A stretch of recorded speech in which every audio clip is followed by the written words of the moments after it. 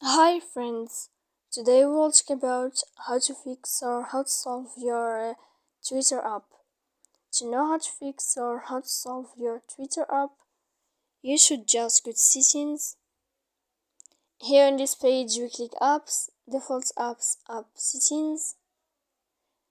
After that in this list you'll enter to the window of Twitter.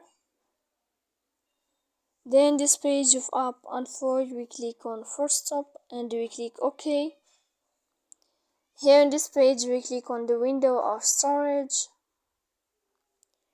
After that we click clear cache. In the end you can go to Play Store. You can click uninstall and you can wait a moment to install again your application. So please don't forget to support us by liking and subscribe. See you next time in another video.